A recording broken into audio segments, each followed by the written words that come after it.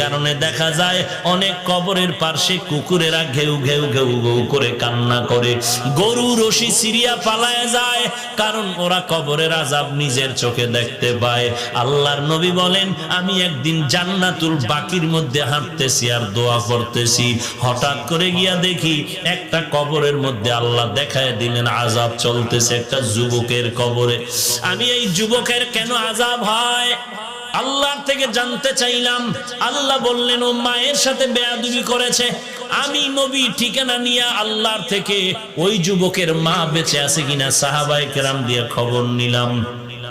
খবর নিয়ে দেখলাম তার মা এখনো বেঁচে আছে।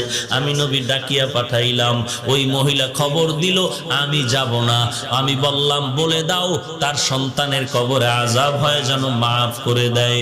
ওই মা বলে, না না, আমার সন্তানের আমি কখনো মাফ করব না।